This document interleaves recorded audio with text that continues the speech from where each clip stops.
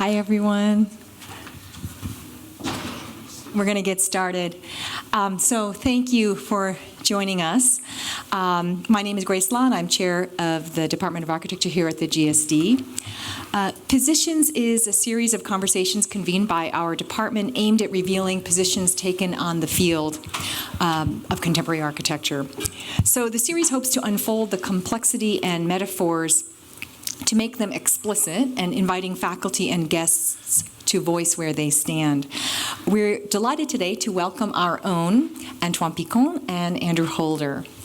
So Antoine is the G. Ware Travelstead Professor of the History of Architecture and Technology here at the GSD. He teaches courses in history and theory of architecture and technology.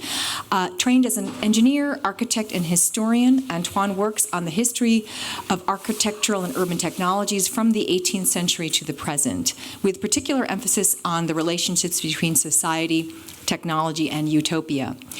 He's published numerous books, you know many of them, in particular Digital Culture in Architecture, An Introduction for the Design Profession, Ornament, The Politics of Architecture and Subjectivity, Smart Cities, and Smart Cities, Spatialized Intelligence, and more recently, The Materiality of Architecture.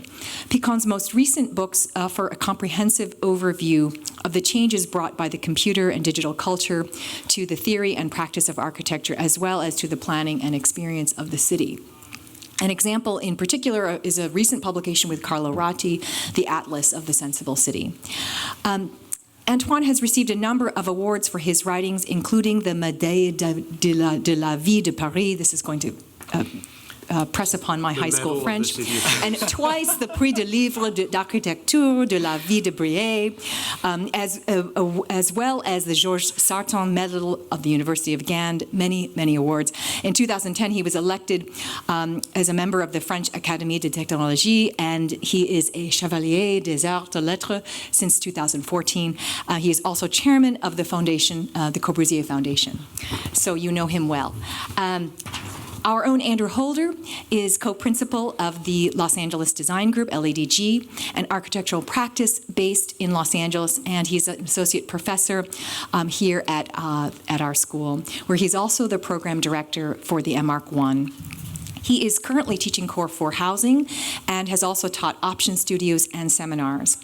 Andrew is active both as a designer and theorist of contemporary architecture. His built work and architectural proposals focus on how buildings can become actors in the built environment, almost akin to human subjects. Recent projects include a series of 5 houses in Los Angeles, a retreat in rural Maine, and an architectural anthropology of the Mount Washington suburbs. Andrew's writings similarly connects architecture's form and physical presence to its participation in a larger history of ideas, most recently in the book Inscriptions, Architecture Before Speech, which is co-edited with our own Michael Hayes.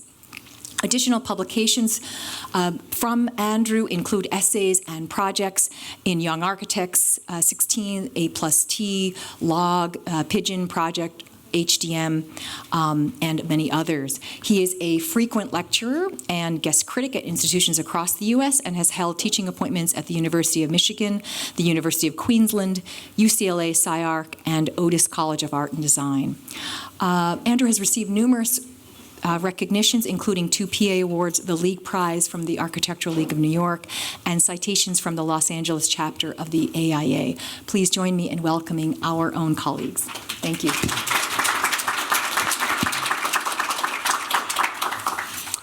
Well, thank you, Grace. Can you all hear me? That's okay? Okay, good. So position is a tricky thing because not only we supposed to have a position, but in addition, it should have some relation to the position of someone else. So we tried to find a common ground, and we thought about subjectivity. So subjectivity, as for me, does not summarize all that I've been researching, but it's a theme that actually appeared long after I had started to do research, but it has been actually accompanying me ever since, and retrospectively I realized how it had been actually present relatively early in my work under the question of vision. So I've divided this talk, as we're supposed to do, in 3 parts. First about vision, the second about the body, and the third about the environment, all related to subjectivity.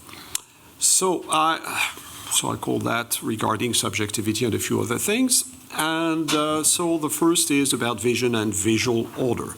I think I've really met with the question of subjectivity through the question of vision. I was at the time working on early modern architecture on French, what is known as French classic architecture, but it is actually the French Baroque architecture, as epitomized, for example, by the work of François Mansart. François Mansart was known as the god of French architecture in the 17th and 18th century. Today, it's actually sometimes a bit difficult to completely understand why. And it's actually very difficult to photograph architects. So there are very few photographs that really give justice to his architecture. So what struck me at the time I was working on this type of architecture was that to truly understand it, one has almost to re-educate one's eye, to learn to see differently as people of that time probably looked at things, to see the forms and above all the proportion almost vibrate. This is an architecture that is, thought of itself as, thought of itself as frozen music, but you've got actually to defreeze the music to be able to understand it.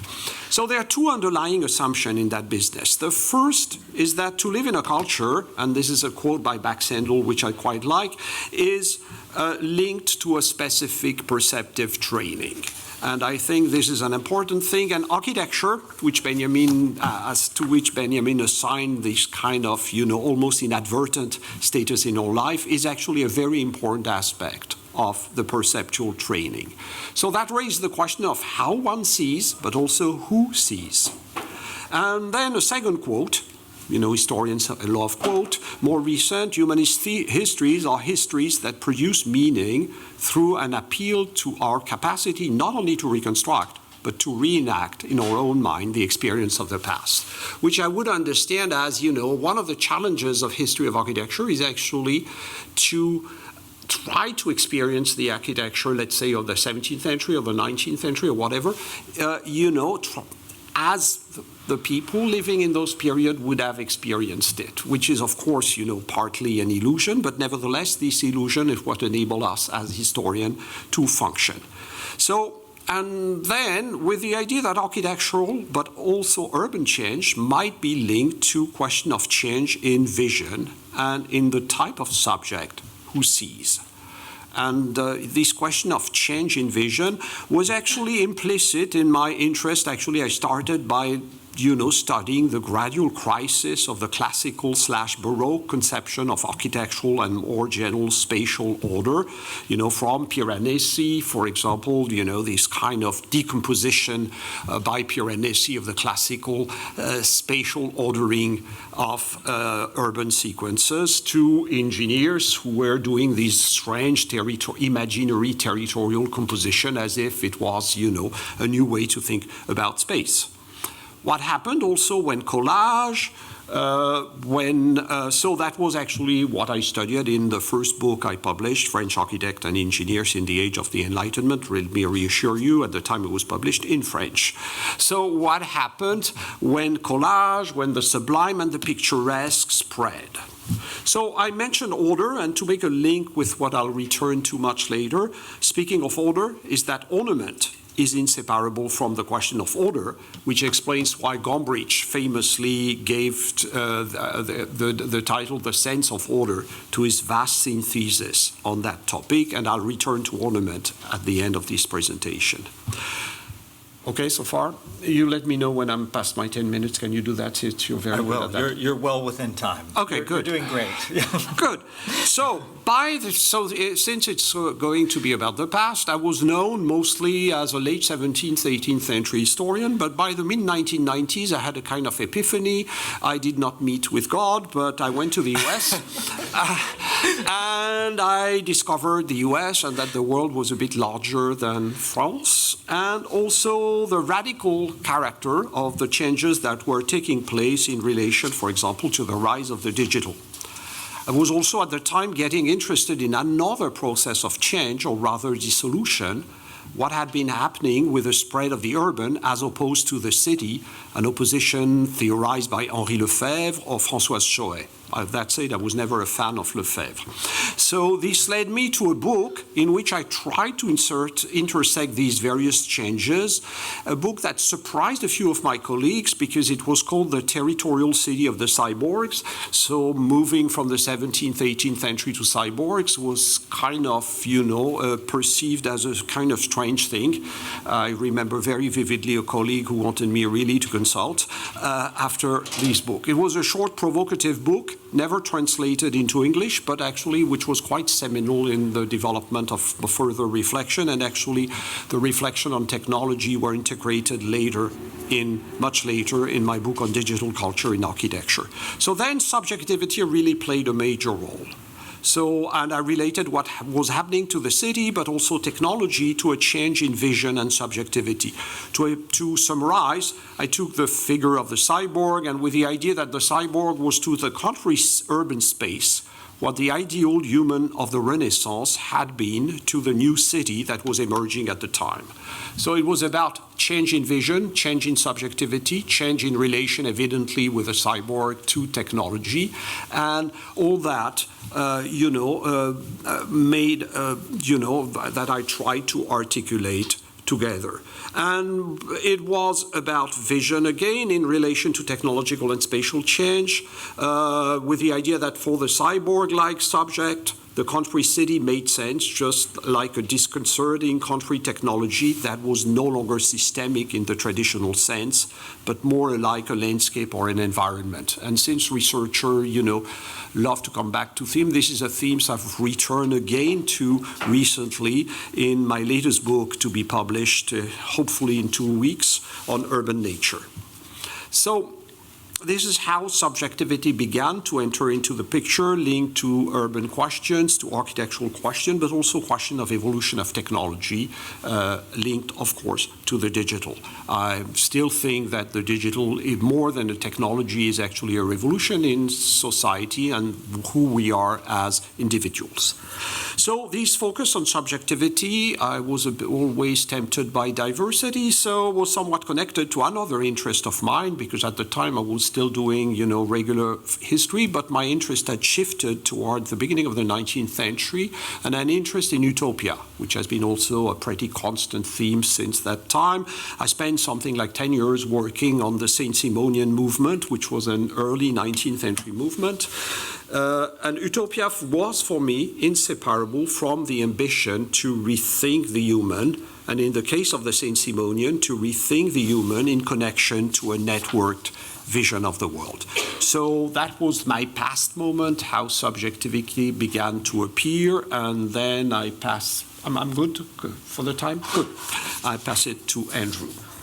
Wonderful. Thank you so much, Antoine. Thanks to Grace for prompting this brief marriage between me and Antoine, and thanks to Antoine. Let's not go as far. A date. We're speed dating. Yeah, it's a long speed date. So my sort of entree into subjectivity as an interest really comes out of my training.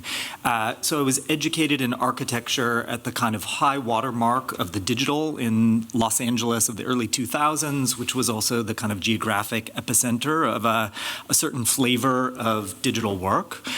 For me, it was clear at that time that the digital had placed many of its bets for architectural legitimacy on the side of production. That by capturing the computer properly as part of our design methodology, that we were hoping to develop also a series of parallels with literal production, maybe no longer in the space of the factory, but in the space of the kind of rapid prototyping room in the basement of architecture schools. So if the digital placed its bets on the side of production, it seemed to me that the next logical place to move, if one was looking for a venue to advance, would be on the opposite side of the balance sheet instead of production, on the side of reception. That if I had a contribution to make, it would be in kind of like trying to theorize how people consumed work, and maybe even developing a kind of design technique that anticipated certain forms of reception and consumption. So I would say, well, Antoine and I agree on many, many things. Perhaps an interesting point of difference and conversation between us would be on where the locus of production of the subject. Antoine is tracking very large-scale sort of epistemic shifts in who we are and how we see. I'm maybe thinking of design and the architectural environment as producing the subjects who receive it. So anyway, let's untangle that a bit. Maybe I'll just say my projects are going to be organized in a very linear way across 3 stages. So I'll start with something small and move to something large. The small thing will be very literal in terms of how it anticipates a subject, and the large thing's going to get a bit more abstract. So this was the kind of work being done in Los Angeles in the early 2000s. This is a large model of Greg Lynn's embryological house. I think this is at the Venice Biennale in 2001, 2002. And it seemed to me that if we wanted to shift this over from its emphasis on production to its emphasis on reception and how the human subject consumes it, we could simply give it a new name. So for me, this is a balloon animal in all but name. So we simply hadn't developed a discourse around the embryological house that thought of it as a creature in the environment with a kind of co-equal status to human subjects, but it would be very easy to do that. Maybe first I would just modify the form slightly and also modify its scale. So I did a series of projects around what I would call the relationship between bricks and balloon animals. So shrinking down the scale of some of Greg Lynn's surface-based investigations to the scale of what I would call a brick or a kind of architectural unit, and modifying their form with the goal of sort of like rethinking the problem of aggregation, how one thing sits next to another. So as part of that investigation, making bricks out of balloon animals, I set myself 2 challenges. The first was how to develop a formalism that could reliably produce characters, characters that had no names per se, but were always already identifiable as characters. So for me, perhaps formalisms of that type are somewhere on a spectrum between Platonic solids, too unformed, and embryos, too formed. And so I was looking for something sort of right in the middle. For me, that middle band is where one would find the character. The second challenge was to create an architectural unit that maybe displaced some of the bricks' reliance on geometry for handling problems of aggregation. So for me, these 4 projects maybe are a neatly complete set of thoughts about how the brick uses geometry in order to tile and expand through space. The Marshall Field's wholesale building, for instance, does the kind of familiar thing of stacking one face next to another, and they are designed to match and receive one another. Maybe Greg Lynn's innovation with the blob wall is to start to bend those surfaces in 3 dimensions, but it's still a kind of face-to-face match. Aranda Losh, with their unbuilt grotto project, started to disguise that matching. It's still hidden in there, but there is a kind of like overproduction of the geometry of those facets, and so they're difficult to see. And then Moss's rainbow vomit project would be the kind of third and final thought in this little 4-part progression. Their bricks have faces, but they sort of refuse to match. And by their refusal, they sort of point back to the face as the primary thing that's doing the work of authorizing the aggregation. So my contribution to that 4-part series is to say we could leave aside for a minute geometry as the thing that allows bricks to aggregate, and instead we could use human-like postures, so things that sort of snuggle their way into the production of a larger aggregate. In order to kind of like deliver on some of these challenges that I had set myself, I thought that these characters could not be a mere index of the human hand. That would be a kind of return to a one-to-one matching problem that was intrinsic to the brick. And so we devised this method of casting plaster inside balloons that were then sort of manipulated with fishing wire and a whole array of tools. And that sort of like physical derivation of this balloon animal, or for me, a balloon animal trying to be a brick, would change our understanding of where the forces were kind of coming from. So with the digital, we would often talk about these surfaces being indexes of urban forces or indexes of forces exerted on them by the human body.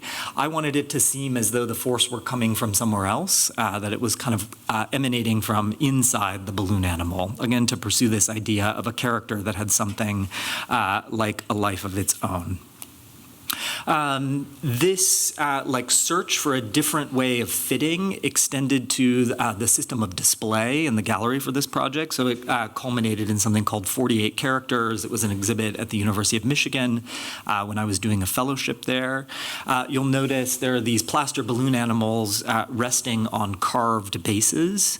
The idea was to never let go of the kind of object-to-object stacking or the character-to-character stacking, but in order to terminate that on a pedestal, I had to essentially at a certain point hide the character and allow it to terminate at the floor. And so we imagined these kind of draped forms in CNC milled MDF. And then these things are not literally hidden in there, but the forms were designed so that you might think there is another character inside. If I had to name the relationship between the form and the kind of offer that we're making for our audience to receive or consume these things, I would say that we were working on the basis of similitude, basically similarities, mostly visual, between the objects that we were making and the human body. So with that, maybe that's my part one, and I will turn it back over to Antoine. Thank you, Andrew. I had never realized how 18th century you are, actually. Not the classic 18th century, but, kind of weird in between the Marquis de Sade and Le Queue, with a pinch of theory of the character. The balloon is evidently in 18th century stuff. So, the digital in the age of the Enlightenment. Okay, so my second part will be about the body, and I've called it on materiality, dwelling, and the politics of design. As you can see, little subject in a short span of time. So I'm going to be less chronological here, grouping reflection and publication that cover a relatively large time span, but let's assume that this is the present. So for those who've taken classes with me in history of construction, they know the gig, but one of my favorite starting point is a quote by the great Spanish engineer, Eduardo Torroja, and then a philosophical fiction by a French 18th century philosopher, Étienne Bonneau de Condillac. Both have always fascinated me. So that's actually Torroja. This is a trial vault for his hippodrome near Madrid. And Torroja writes in The Reason of Structural Types, and I quote, "It would be a vain undertaking for anyone to try to successfully design a structure without having assimilated down to the very marrow of their bones the mechanical principles that govern all the phenomena of internal balance." In other words, when you design a structure, but also when you perceive it, this is something that is not only intellectual, it's actually almost a gut-like feeling. So Panofsky famously related construction to philosophy in Gothic architecture and scholasticism. This is to a certain extent true, and I've also written on that. But construction is also linked to something more immediate, to our own experience of the body. So and when I mean construction, I don't separate it really from architecture. I'll come back to that in a moment. So there is something clearly phenomenological in that story. But contrary to a traditional phenomenologist, I consider that part of this experience is a cultural construct. Design, but also the perception of built masses, is related to the way we understand and relate to our body. So this perception has varied from one period to another, and even in a single period, it sometimes appears under, strikingly different guises. Torroja is clearly referring himself to a kind of modernist, heroic vision of the human, which, by the way, at the time, as Beatriz Colomina has shown, there is also the counterpart, which is the sick body to be healed, that is also so important in modernity. So one of the questions that's been always with me ever since is, what about the type of structure that we design today? Which kind of relation? This is no longer the modernist subject, so which kind of subject is implied, a kind of network subject, etc. So that's the first thing I wanted to mention. Now my philosophical fiction, which is taken from a treatise on the sensation by the philosopher Condillac, a disciple of Locke, French disciple, the head of the sensationalist philosophy school in France. It's 1754. And he has, so the picture is not from Condillac, it's from Descartes, but don't pay attention to that, just to have an illustration. Condillac imagines, he tried to show what do we learn from the senses. So imagine a statue who has the capacity to experience a feeling, thought, etc., but has no sense and is kind of virgin of every sensation, thought, etc. And then he gives the statue successively hearing, touch, vision, etc., etc. And contrary to what might imagine, the most fundamental moment in the story is not vision, it's not hearing, it's actually touch. But it's a strange vision of touch because it's touch when meeting with an exterior object. And he explained that the statue, because she feels the resistance of something that she has no power on, understands simultaneously that there is an external world, and she is a subject in that world. So where do I want to go through that? To the idea that architecture organizes our relationship to matter and materials in such a way that it tells us something not only about the physical world, but about ourselves, about who we are, or rather who we believe and experience we are. And for me, for example, great architecture is a proposal about who we are in relation to very physical things, such as materials and their textures, such as light, when Kant famously says that a library is a human who takes a book and goes toward the light. This is an experience of the physical world. So, and this is the central theme of my book, The Materiality of Architecture. So perhaps, differently from Andrew, I don't think architecture necessarily creates a subject, but I think architecture implicitly presupposes a subject and is part to the social construction of subjectivity. So I relate that to another thing, which is the possibility, the very possibility to inhabit. Because what does it mean to inhabit a space? It means that you are able, and very often one say to project oneself, but it's actually that you are able to feel a relation that tells you something about who you are. And I think this is what is still pretty much a capacity of the human, which is to truly inhabit space by projecting themselves into it and experience. It doesn't mean it's necessarily your house. You can even inhabit Gundhole. But it means that, something about who you are is implicitly mobilized in the relation to the space, the material, the light, etc. And that's what architecture does. Doesn't mean also that it's necessarily pleasant. Great architecture can border the unpleasant sometimes. Even in Corb, there are moments which are kind of unpleasant, which are part of the whole promenade business. So I relate also these things to the symbolic. I won't enter there into a long development about this difficult question, but for me the symbolic is actually not something that exists in a kind of purely linguistic realm out of the physical. It is linked to our physical finitude, to the fact that we're not ubiquitous in time and space. And for me the symbolic is also always the trace of something invisible or missing, something that we might see if we are not both defined and limited by our body. The symbolic is in a way always a kind of reminder that we're finite and there are things invisible or not present to us. So it is linked, in other words, to the complex entanglement of mind and body, and mind, body, and space. And lastly, a word about the political. I've written a ton of things in the past years on that, and the last chapter of the book on materiality is on it.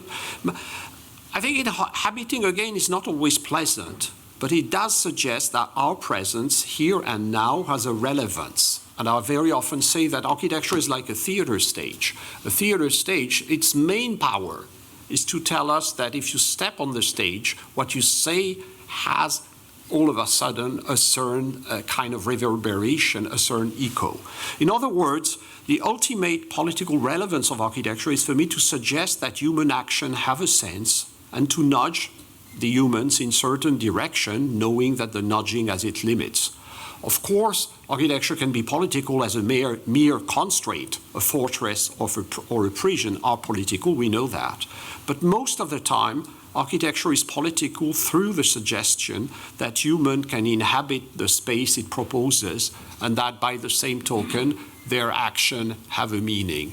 So architecture is a proposal about the possibility of human life to have a meaning, and I think this is what makes it kind of unique and important in our lives, far more than conveying ideological message. We know it can do that also, it can be a lot of other things. So it's about also subjectivity, it's about in a certain form of empowerment of individuals by telling them that their life may by the end have some relevance. Voila.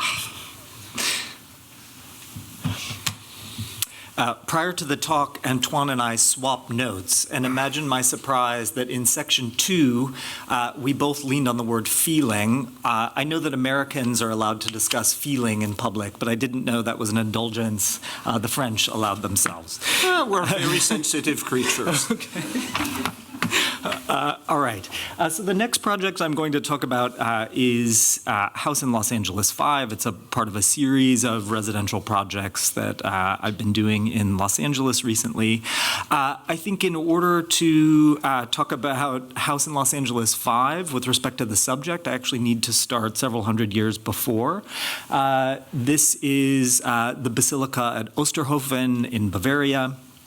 And this was a kind of encounter with an architecture that made a kind of profound difference in my understanding of architecture and its relation to subjects.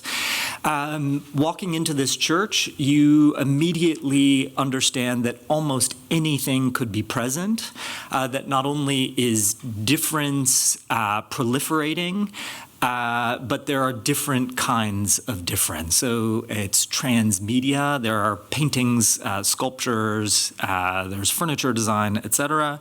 And then there are also many different sort of iconographic cycles operating simultaneously. Furthermore, this difference has a relationship to the way people occupy the space, and so it is meant to be plural. Churches like this, designed in the kind of Rococo mode in Bavaria in the early part of the 18th century, frequently had multiple overlapping programs happening at the same time. So there's a free perimeter on the interior where pilgrims circulate, and that's happening simultaneous with a mass. And some of these churches are also designed for more than one mass to be performed simultaneously. So imagine the kind of cacophony of objects actually being echoed in a kind of cacophony of modes of occupation. And so seeing this and some of the kind of details of its interior prompted me to think more expansively about possible relationships between architecture and its subjects, that similitude was not the only game in town in terms of putting architecture in a kind of physical relation to its subjects. And like Antoine in this second part, I would turn to feeling and feeling at a distance, or a kind of feeling into at a distance as the mechanism for producing touch, let's say, between things that are of dissimilar orders. I'm going to skip through these and move to this house. So this is House in Los Angeles 5. It's situated here. So all I want you to understand from this image is that it's kind of geographically dead in the middle of Los Angeles by a certain measure, midway between the beach and downtown. And it's part of this almost unending sprawl of R1 zoned parcels with single-family homes. That's not the only housing type in Los Angeles, of course, but it is kind of foundational to the organization of the city and part of its economic origin actually as a city. It's a kind of persistent symbol of middle-class aspiration, and it's the kind of work that practices like mine frequently receive commissions to do. So these are the clients, Danielle and Darren. This is the existing house, a kind of falling to pieces little four-square bungalow in the modern mode that they purchased and we demolished. They expressed to us a desire for permeability. Danielle's career is in arts management and arts PR, and so they're frequently hosting events.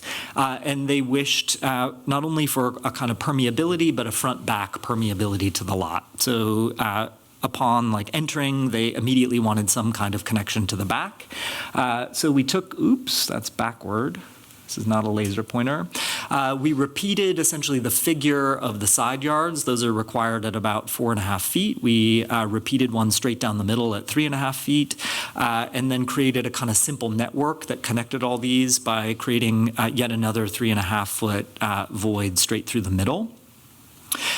Rooms are organized roughly by the kind of 4-part cruciform, but in a 3-part order, front to back, where room type is roughly analogous to the kinds of wall forms that we are using to enclose the room. So at the very front, there are these hollow extrusions for the bedrooms. In the middle, there are solid boxes that house services like hot water heater, the kitchen appliances, etc. And toward the back, there are figures that omit a side. So 2- and 3-sided figures that partially enclose some of the gathering space for the family. These are, let's say, parsed together by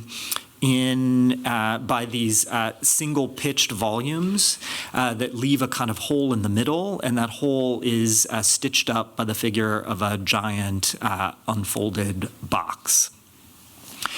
So here's the plan. Oh, that's not a great version on this screen, but you can actually see the kind of front to back passage from the front door to the rear yard.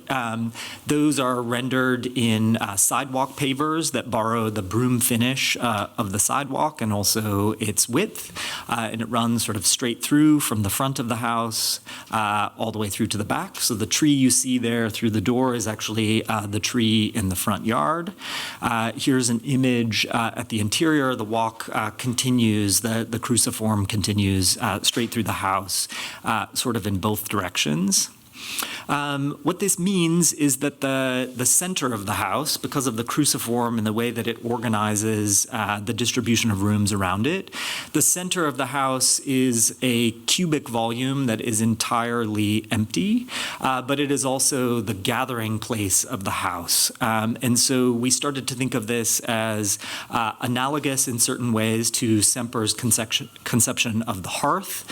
A gathering place in Semper's formulation is always fire, or the kind of impulse to huddle together and receive warmth. In our case, it works a bit differently, and I'll describe that now. So the top of this almost 2-story volume, so the house is just one level, but this is a 17-foot cube, more or less. The top of it is illuminated by clerestories, and so about the top 25% is almost always taking on solar gain and getting warmer.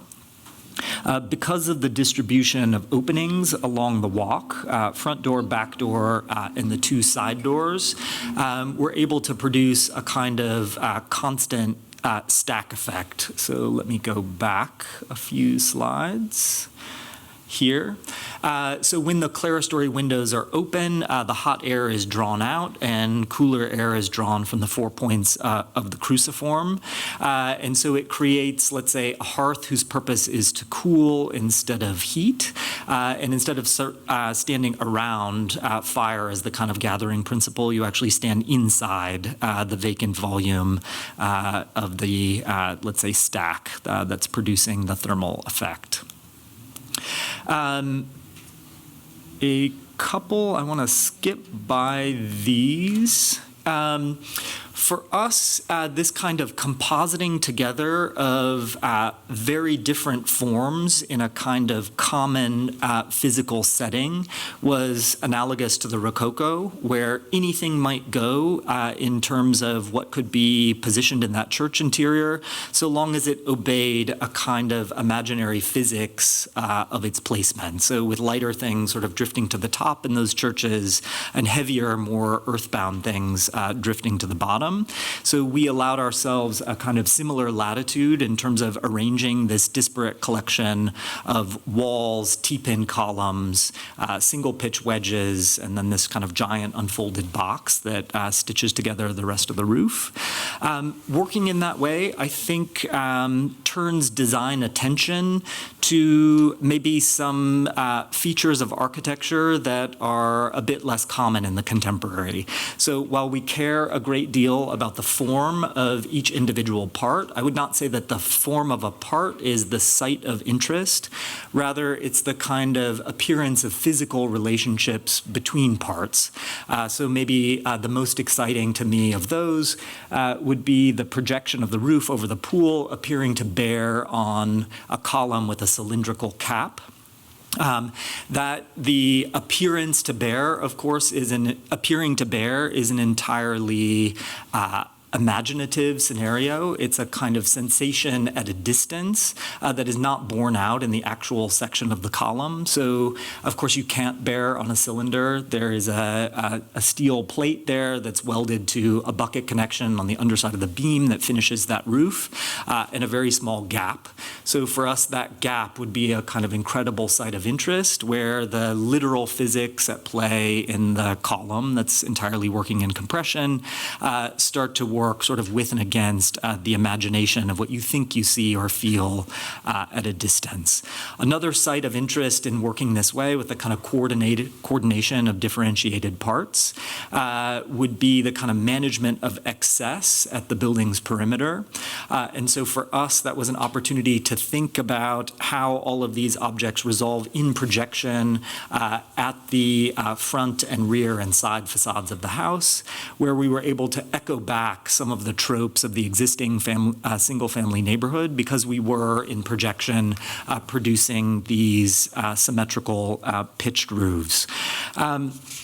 So I suppose this would be a move beyond similitude for us to maybe something like empathy, where we are asking our audience with details like the roof to column to feel into the physical scenario that gives the house its coherence.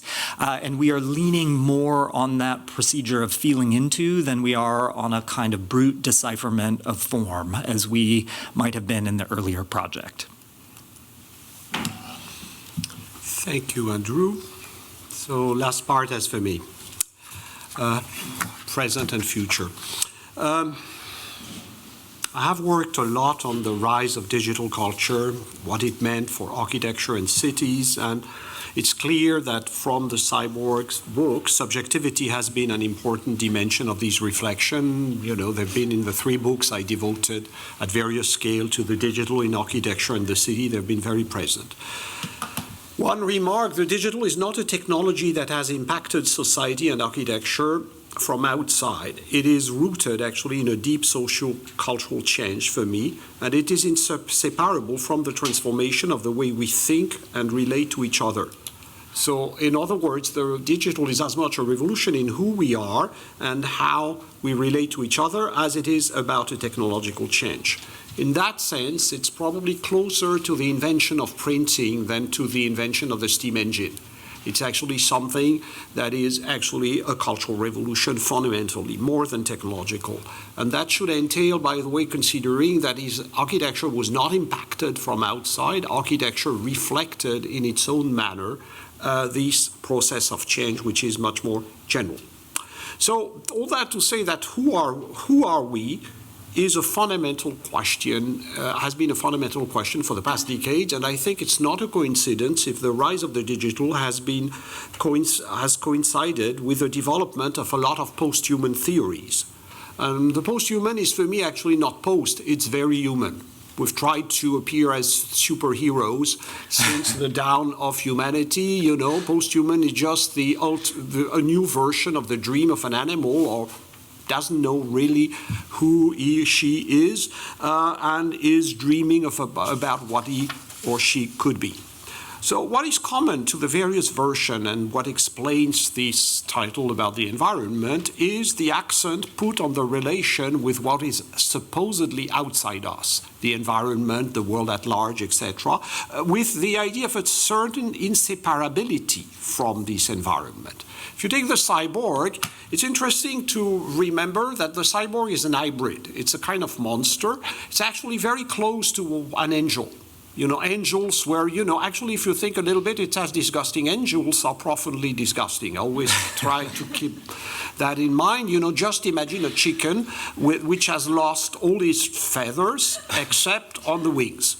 So it's a kind of mutating condition which is actually slightly unpleasant. Now, what is interesting is that monsters are guards of frontiers. In all mythologies, so monsters are actually mediators between one thing and another thing.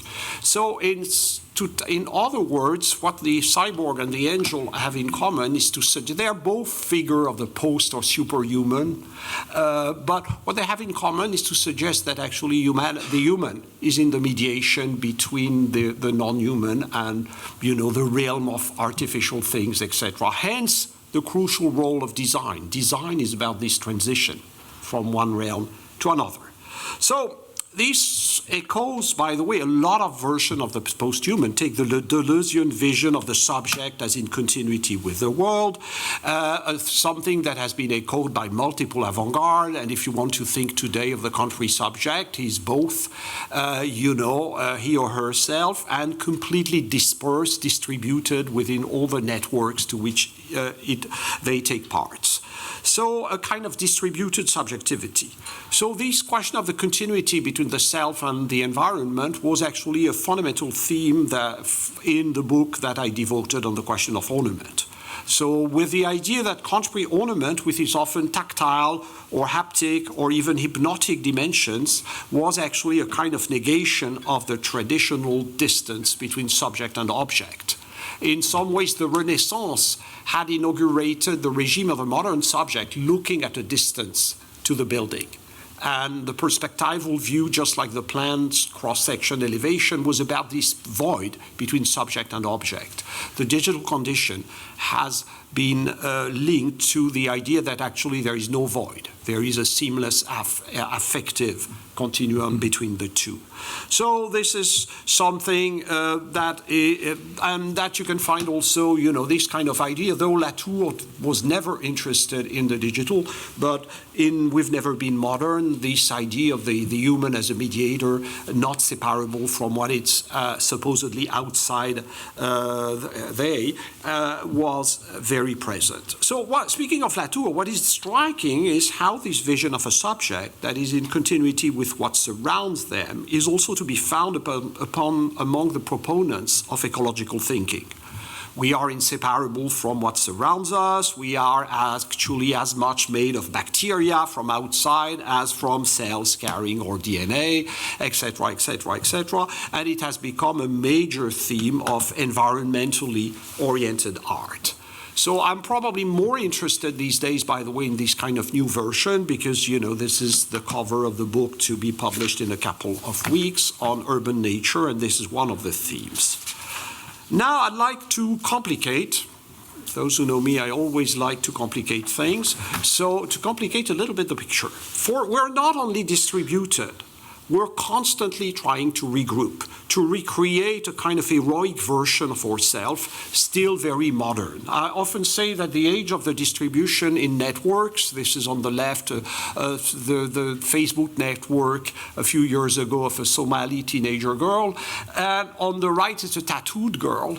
The age of the distributed self is also the age of tattoo, which have, by the way, a very ornamental character, and tattoo meaning that I am in my own body, which is distinct from what surrounds. I'm this urban warrior in the jungle kind of thing, or I'm this kind of still very modern hero. So, and ultimately, for me, the contrary research. So, we have to imagine that actually contrary subjectivity is not only distributed, we're constantly trying to regroup. We are actually pulsating individualities that expand and contract, that experience an alternance of diastolic and systolic movement. But think also of what you see on your phone, the blue dot, you are here, you're this unique body at that very place and that very moment, and the next moment you're in the network, etc. And this is what is at the principle of the smart city. So another way to formulate that would be to say that we're still very modern, we're both postmodern, post-human if we want, and still very modern. And this should be, so modernity is not dead in a broader sense, of course, that Corb is dead, but modernity as a condition is not yet dead. It has hybridized with what is pretending to replace it. And this is very much what might be happening today. So again, this should not be interpreted in a narrow architectural sense as a blend between modernism and postmodernism or whatever comes next. It has more to do with a kind of cultural and existential condition.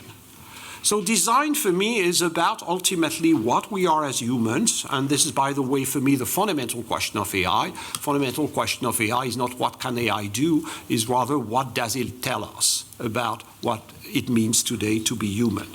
So we are, who are we, is inseparable from me, from the question of how should we inhabit today. How can architecture help us lead a meaningful life is among the questions that the discipline might have to address. This goes beyond, in my opinion, questions of thermal exchange, embodied energy, and adaptation to risk of climate change. How, by the end, can architecture be political beyond better engineered buildings? Better engineered buildings is not the whole of the question.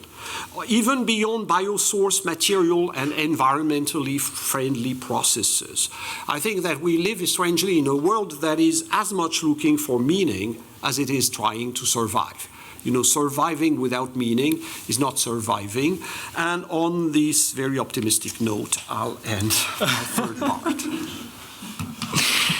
Thank you. So I said I would go from small to large, from work that had happened in the kind of distant past a decade ago to what we are thinking about today in the practice. I think what we're thinking about today is actually related to a project that we finished in 2017, 2018, an unrealized competition proposal. And so in a way, the kind of medium past of the practice foreshadows a certain kind of future. It's a competition proposal for this site. It's in a town called Veliko Tarnovo in Bulgaria. Maybe one of our own internal critiques about a kind of over-reliance on empathy as a mode of reception for architecture's audience is that it is possible to mishear the word empathy and think that the body becomes a kind of absolute, true, natural, good measure of all things architectural. And we mean something else when we use that word, a kind of feeling into at a distance that is actually about the human body's capacity to relate to things that are profoundly non-human or let's say outside of our immediate physical experience. So the identification of your body with a house, for instance, is bridging across a large gap of kind of alienness between you and the house. So another problem is scale. Like, how does empathy get very, very big as it becomes increasingly difficult to identify the capacities of your body with something that is properly architectural in nature? So anyway, we entered this competition. It had two parts. The first was a master plan for this enormous parcel that was owned by the state. It had some administrative functions, but its primary purpose was military. It was also located in a particular region of the city that was sort of intentionally cut off. So a system of roads encircle it. there are some kind of interesting and strange versions of modernist architecture that limb its perimeter, but it was very difficult to imagine how the city would simply organically grow to fill it in. Our solution to this, and also our solution to a kind of internal problem of how to scale up empathy, was to treat the entire site as a kind of fictional archaeology. That our first move in terms of organizing the territory would be to pretend to uncover a system of simple shaped plinths that would start to distribute a series of zones. And so for us, it kind of began, let's say, with a fictional sort of dusting off of a thin cover of earth to reveal something that seemed to have been there always, but in fact was our own construction. This gave us a kind of zoning logic for the project. At the north, a dense mix of residential and commercial uses, and at the south, the brief called for a kind of more sparse mix of programs, a couple of big office buildings, and a hotel. And so that gave us this kind of an urbanism. So if we uncover this series of fictional plinths, it's working very much in the idiom of discrete objects next to one another, where that coherence between objects one to another really depends on their physical relationships, being able to understand with your eyes how one thing bears on another. And so that was the kind of the logic that drove the coherence of the plan as we moved from these big kind of territorial moves down to the scale of individual buildings. You can see us sort of wrestling that physical problem as we start to try to make site models. We attempted to do this with no glue so that we could really sort of double down on the problem of using physical relationships to organize architecturally scaled things within the precinct of the model. We couldn't quite do it, but that it is supposed to appear that way.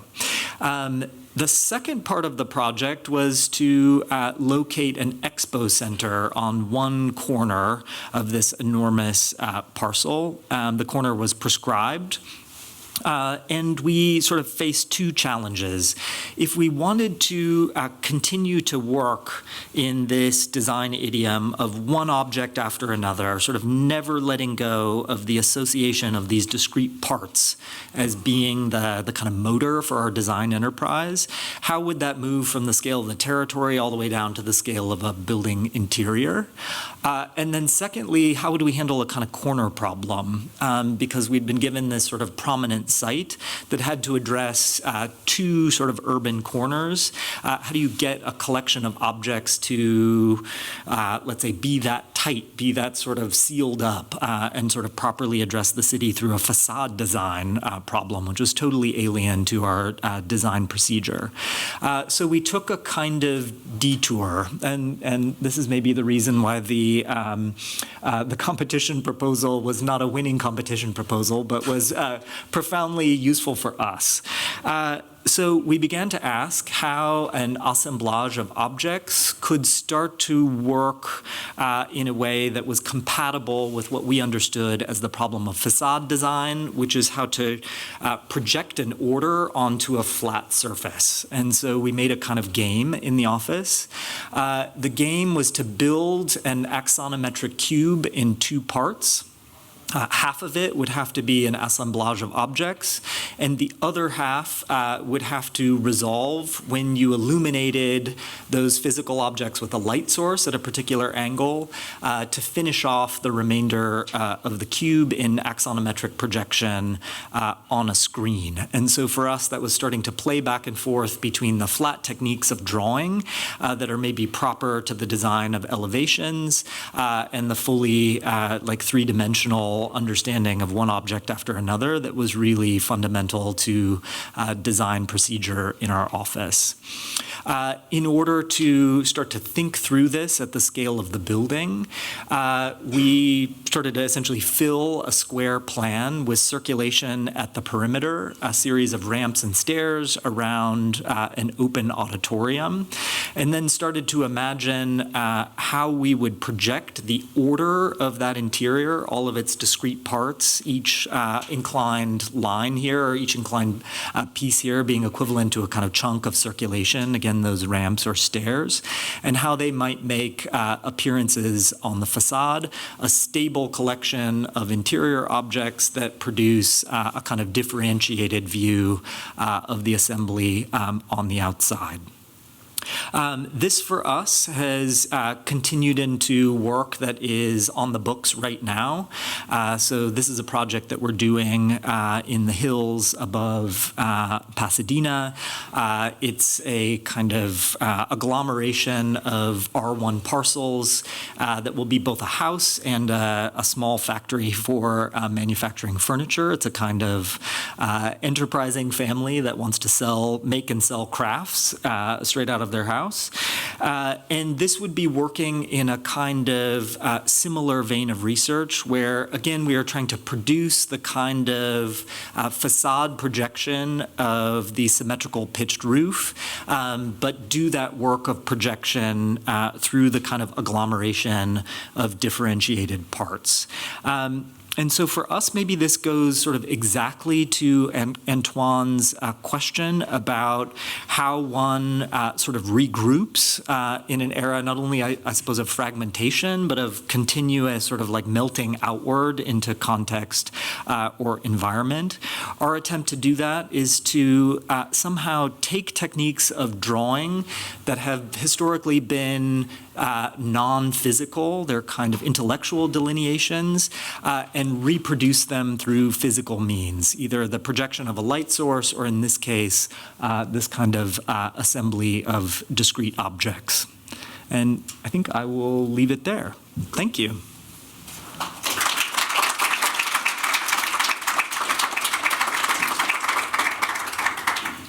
Oh, so I feel like I need to book an appointment with my therapist since we're talking about lots of issues of subjectivity and feelings and empathy.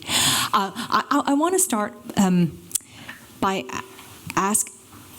It's been very remarkable to actually. We should celebrate the fact that this is the last of our positions talks this semester, and it's been really exciting because we haven't always known what would come out of these talks, and so I'm really fascinated by the kinds of discussions that these talks prompt, and then the post discussions are actually the most interesting over the course of the days following any of these gatherings. So I appreciate that very much. And in this conversation, it strikes me that if we accept, and I'm going to try to put the two types of presentations together here, if we accept that digital culture is rooted in how we relate to one another, it feels to me like there was, particularly where we are now here in 2024, there was no better lesson of this than when in our COVID moment we realized a kind of sense of shared and collective humanity. In other words, in some ways, empathy was writ large. It was almost in a kind of biblical, at a biblical scale, to describe what it means to be human, to be in this world, and to be facing a certain kinds of sets of environmental challenges. And so I'm kind of curious in this conversation now today, seeing, like, on the one hand, an idea about what digital culture does, how we root ourselves in that conversation, and then thinking about the projects that we're seeing, the design projects. What is the responsibility of empathy to be legible beyond the kind of individual or subjective ways in which we might understand it? Because it almost seems to me that the questions of empathy vis-a-vis an individual versus a collective seem to be maybe, I don't know, at odds with one another. And so I'm just wondering if you could both comment on this, because the way in which you're describing it is not necessarily clear to me how you believe this might occur in terms of its legibility or necessity even for legibility? I think this is probably one of the points on which we may differ. Andrew, in some ways, is creating his own order. And I believe that, in a given society, there are conceptions of order and that are different. For example, I think a medieval person experiencing a Renaissance regular city would have been very disoriented in some ways. And conversely, I go back to Baxendel, my first quote, a specific perceptive training goes with social order. So I do think that architecture actually is always a play on the received code. Sometimes it may trespass, it may, etc. But it always starts from dominant visual codes, which have to do with, for example, also we have a certain visual understanding of what it means for things to be solid as non-solid, etc. So I think architecture is a play on that. So I think, for me, that exists outside the realm of architecture, and architecture is a play, sometimes a subversion of this vision of order. But every society, every community carries a certain vision of order. In the book on materiality, I start from this very down-to-earth consideration that the first thing that the architect is called upon is actually to order matter. You've got a heap of something, brick, whatever, and, architects is supposed to bring some order, but it's supposed to be a recognizable order. So Andrew plays at the fringe of that, subverting it. Probably more somebody who's actually questioning the codes or questioning when they have decomposed and how are they going to recompose, etc. I think my practice's thought about legibility is maybe tied to an encounter with German art history that's kind of coming from the end of the 19th century, where we maybe discovered something that we found profoundly alluring and then maybe upsetting. So this is, Antoine knows better than I do, but my understanding of how this word empathy enters the field of architecture is from this moment in German art historical discourse, kind of beginning, let's say, in the 1870s or so. And, Hildebrand, the sculptor was working on this problem. And if you read some of those texts, they seem to suggest two things. First, that empathy is almost involuntary, that if you look at something, that is tantamount to feeling it because you are receiving a kind of stimulus. And then secondly, that feeling constitutes its own order. As long as there's a kind of logic to the physics that you are sensing with your eyes, that is ordered enough. That seems very alluring, just as a kind of diagram for a potential building. What would a building look like if it was designed without visual order in mind, but just a kind of coherence of sensation? I don't even know how one would conceive of such a thing, but that seemed alluring and kind of terrifying. So I think Antoine is exactly right. We are interested as a practice in playing exactly at the fringe of that offer that is coming to us from, the 19th century. I personally can't tolerate something that is completely non-figurative in terms of what it offers the eyes. I need a kind of optical coherence, but I wish to relax that and deliberately put it into contest with physical forms of coherence. So to the extent that I would be able to point at something like this and in all seriousness say, this is my best attempt at a kind of alpine pitched roof, albeit one that is emerging from a kind of logic of pure compression and sort of friction fit one object after another, where I'm leaning on the one hand, again, on that promise of coherence coming out of feeling and the physics of an assembly, and on the other hand, being a bit afraid of those outcomes and trying to discipline them through a series of more normative and conventional codes, let's say, like the pitched roof. Why would it be, Andrew, I'm just curious when I look at this house and the previous house that you showed in the second part, why would if the plan-making strategies are maybe out of a more modernist vein, why would it be necessary to describe the project's roof form, which is where the expression of the kind of akimbo and assemblage or bricolage characteristics of the massing express itself? Why would that be the kind of marker of this question of what you would call like the literal expression of physical forces and whatnot? Why would it come together there? And I mean, or why does it come together there? I think for you, and is that something about the overall expression of the projects to do? I'm just trying to understand the relationship of that to this question of empathy, because it seems to me that maybe you're interested in something else. And I don't know. Help us to understand that. Yeah, I think here at a certain point, I'm also going to lean on Antoine. In our design procedure, we almost always begin with a legible and like incontestable figure. So mostly squares and cruciforms. I'm sure at some point we'll have an epiphany and try a circle. We haven't had that yet.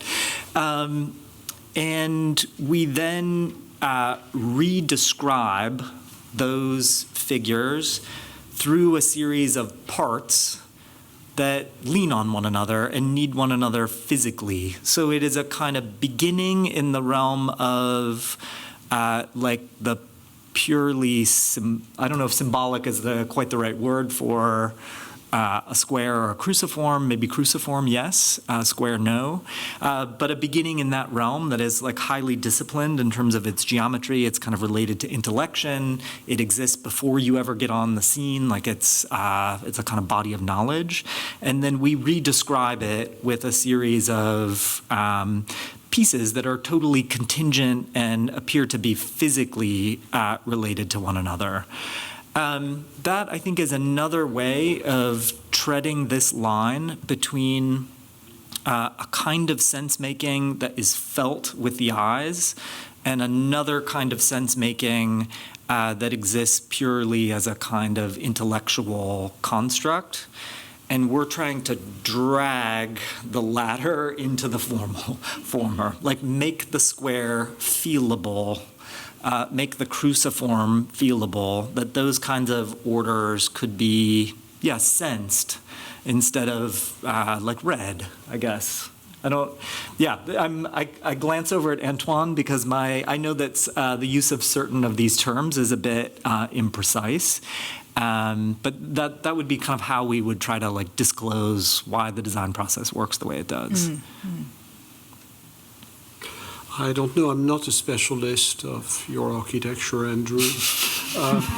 But that said, I do understand why you have problems with the circle, because you start in some ways with, as you say, this very straightforward, almost image of rationality. The circle is another thing. And then you disrupt them and create a kind of landscape effect, which is at the border of the coherence of the object would be almost about to lose its coherence as an object and transform itself into a landscape. Hence, by the way, the kind of picturesque character of some of your composition, because you begin to, a cube is not picturesque, but a cube after being holderized becomes, what is left of it becomes susceptible of picturesque effects. So you're actually, where we are very different is that by the end, I'm a creature of order, and you are actually constantly trying to subvert order, but you still need order. You still need to start from the cube, otherwise it wouldn't be fun and you would become lost. Right. And I think your problem with the circle is that you would become lost. Because even your vision of the Baroque is actually very strange. When you say everything goes, no, the Baroque, even the Rococo, not everything goes. There are rules in it. Precisely about deforming in certain ways, there are certain licit ways to play with the circle, which you would actually dismember the circle to such a point. Yeah. And I'm not sure you would have a landscape, which is why you have that problem sometimes. No, this is true. I also appreciate the kind of correction of the anything goes in the Baroque. Maybe what I should say is that the Baroque is so masterfully controlled that it appears that the interior is an entire world. Which it is. And that anything might appear in it, which it is in a certain way. But, But that's your relation to the object. Do not forget that this is not the object. It is precisely the kind of relation that the object suggests. Yes. So actually, the object is a controlled system of things which try to give you the impression of the uncontrolled surge of things, which is a different thing. Right. The effect is in the subject. Yeah, and sorry, go ahead. Sorry. Oh, I wanted to ask about the third part of your talk, Antoine, and how we should track the trajectory of the visual, because it's sort of like clear the role of visible architecture, particularly in the facade, in sort of part one, that when we're dealing with the Baroque, or I think, that there's a certain kind of order that vibrates because of its sort of compositional structure. Then in part two, we move from a kind of optical register to the eye initiating feeling that, again, we could touch at a distance. A gut-wrenching dimension. Yes, yeah. And then the third seems more uncertain in terms of the status of the visible. It's true. Yeah. It's true. And are we I guess my question is, are we only looking at the kind of trace or index of the digital through ornament? Or would you say that it's possible to actually at some point in the future see a digital architecture? Or is that? We see it, but first of all, there is this kind of haptic dimension. That's to say, the digital has confused a little bit the boundaries between the different senses. I think that's one of the things that the digital. It's very striking, for example, how the classic notion of a facade of a building is no longer. There is the question of frontality is no longer relevant for architecture in some ways. So architecture is experienced under different guises. So which goes also with a certain dissolution of the ideal of the modernist space, etc. So I think the codes of vision are recomposing in relation to other senses, in relation also to processes, and it would be a more John May take on the question. But so I think where this is going, honestly, I don't know. I think for me, what I often suggest is that the digital is a massive reshaping of the sensorium. And that's how I imagine it, and which is why I think, focusing on, I would say that it's time probably to leave a little bit, the various ways we've been interested in the digital and got seriously interested in those questions of sensorium, etc. And how does it help us reconfigure the relation to the object? I would love to open it up to the floor. John May. Oh, Beth, first. Oh, hey, is this on? So I'm going backwards a little, Andrew, because we're here and we're talking about form and we're talking about your work. And I just wanted to offer a little bit of a reading I have with regard to what you've been showing us today and my observations. And I say this in the most positive way. I think that your work is fantastically kind of a bait and switch. You will never do a circle, in my opinion, because it's complete. And I feel like so much about the experience of your projects is, I think it's a cube. No, wait, not quite. There's a cruciform in here, but I can't quite find it. And so that's what I think, it's like an incomplete sentence, right? And so I think that in terms of experience, feeling, subjectivity, there's this relationship to your work. I can imagine being in your houses where it's kind of a constant search. Again, I mean this in the best way, for understanding its totality, right? And so I think that the curiosity is what is strongest to me about your projects and the way that I think of inhabiting them. A circle would never make sense to me in your world. And so, because, I don't know, just saying the word circle made me have to leap up and say, when, and I'm curious, because it's just my reading, it's your work, not mine, when would a circle ever make sense in your mind in terms of your work and philosophy of subjectivity and understanding space and architecture and form? The circle question I can't answer, but let me filibuster for a second while I don't answer it, because I don't know. But I appreciate the comment very much. The bait and switch quality, where you're sort of comparing the plan to the experience of inhabiting the interior, maybe for us, what we're interested in, we would describe that as a kind of ambivalence about inside and outside relationships. So, are we sort of exactly describing the perimeter of a square by arraying objects around its perimeter? Like 100%, those alignments are geometrically intact. It's just simply that because we are describing it with solids that are on both sides of that line, you don't know whether an object is being offered to you on the interior or is being offered to the yard as a kind of formal expression on the outside, which is maybe our first move toward rethinking the envelope of the single-family home a bit in terms of being this taut surface that absolutely delimits like my things from your things. Like in these houses, we're always co-producing a facade at the same time we're producing the interior. And so it's very difficult to hold any move accountable and say like, oh, this was for the purposes of the kitchen. It's always equally for the purposes of whatever's happening outside. Yeah. I have a remark, I think. What strikes me is you don't proceed by deformation. No. Which is why the circle cannot produce anything, because a circle usually is something that you deform, you get an ellipse, that's the Baroque thing. You produce by a kind of fragmentation, you explode things and into parts that become somewhat conflictual. And then you try to make the conflict inhabitable. And I think this is where the picturesque, because the picturesque is actually conflict pacified. By, the picturesque actually stems from the sublime, but is actually, it's when the sublime becomes inhabitable.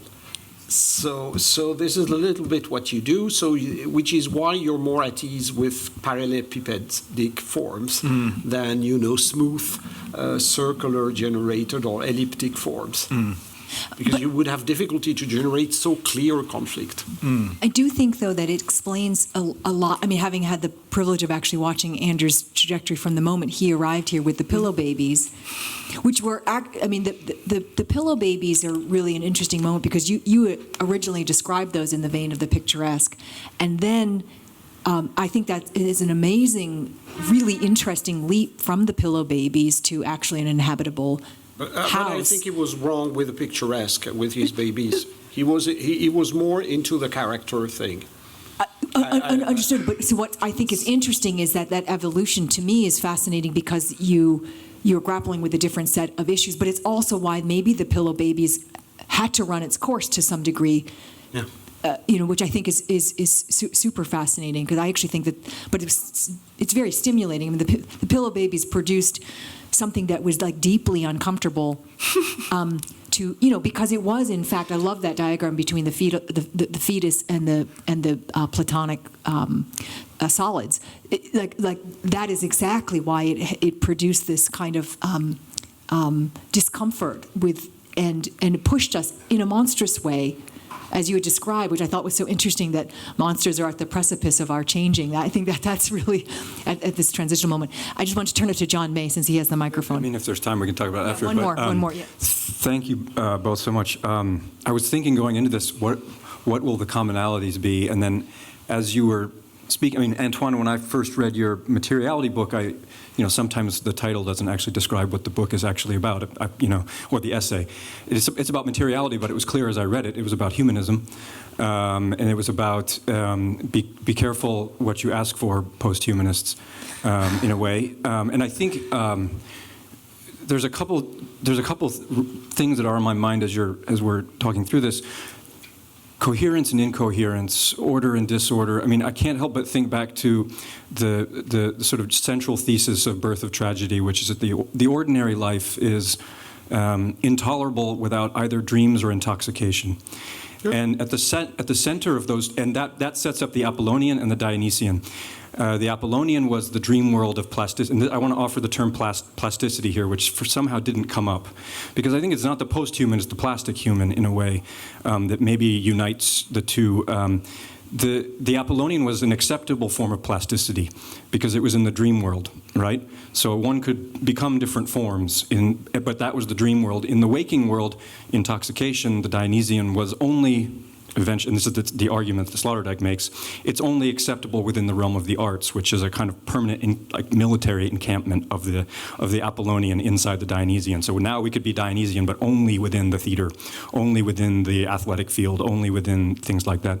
So I wonder if, in a way, what's at stake is the plasticity of the human, and the sense that plasticity is tipping over from a kind of controlled plasticity of aesthetic life, in which and when you ask to what extent are we still modern, to what extent are we still human, that plasticity was somehow controllable within the realm of aesthetics. Or athletics, for example. These were acceptable forms of plasticity for the human, and maybe the sense that in the contemporary, and this is where I think a figure like Helmholtz comes in, because I'm less interested in the post-humanists than in the experimental physiologists who asked. If Helmholtz's famous quote, if someone gave me an optical instrument like the human eye, I would give it back, right?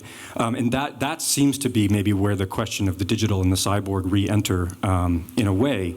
The status, you're placing it really at the heart of it is the status of vision, but the sensorium in general, and maybe it's a crisis of the sensorium. Well, the first thing is,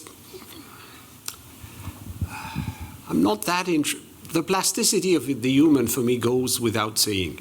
A cultural historian knows that we don't see in the same way as Renaissance people, 17th. It goes without saying, even or hand, or mental maps of the body have changed from one generation. So that is a given for me. What I'm more interested, and I don't distinguish really between the Dionysiac and the rest, is more the fact that the human is actually a checkpoint between two different zones. One which is the non-human, and the other that we may call the human, but actually to be human is to be on the threshold. For me, this is even more profound than dreaming, not dreaming, etc. And that explains why design is so crucial, because design is actually something that enables to inhabit or organize that threshold. Actually, I'm interested in the post-human because actually nothing is more human than the post-human. We've been post-human forever. Which is why, we invented angels, vampire, werewolf. Those who know me know how much I like pop TV show and etc. Because we've always dreamt about, being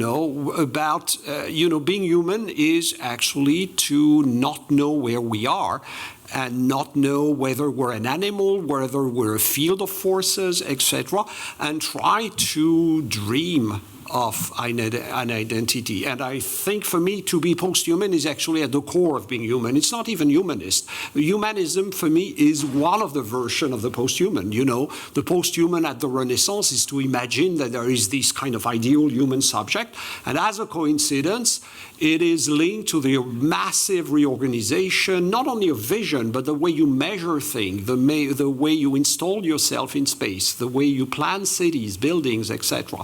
So it's actually a massive reorganization also of space, etc., in relation to what is ultimately a kind of fiction. Just like, today. And that's why I'm interested today in what happens when we begin to think that we are actually not separable from the environment, what happens in the way we design, etc., etc. So that's what I wanted to convey. It's actually, for me, more radical than the question of humanism versus post or whatever. I think post is actually the only thing we had that was human. I appreciate very much you putting on the table this word plasticity, John. So I think the kind of high watermark of the digital would have taken that word, plasticity, and produced analogies that were mistaken for literal, like instantiation of qualities in buildings. So if only we could sort of like deform a kind of surface-based architecture sufficiently, and if only that deformation appeared to be in response to urban scale forces, then we would have installed those forces inside of, let's say, like the skin of the embryological house. But of course, like simply indexing forces doesn't mean that you put them inside or that they're going to be reenacted every time you touch the surface of a kind of deformed skin. So I guess I would look at an image like this and say maybe the locus of plasticity is still in play, but the locus has shifted. I want these assemblies of parts to offer a mode of readership that allows people to think that the urban environment is plastic in the sense that it is reconfigurable, and that the kind of mode of control or the means of control is in our grasp, or at least imaginable. It's probably more different. For me, plasticity means mostly that, probably it's a kind of anti-fixist, that things vary. But I do think that architects actually don't have that power. I think architects are actually expressing, what are the margin of negotiation within a society. Yeah. But that's another story to be continued. For Thank sure. you very much. Thank you so much, both of you. Thanks, you guys. You did it. Thanks, Antoine.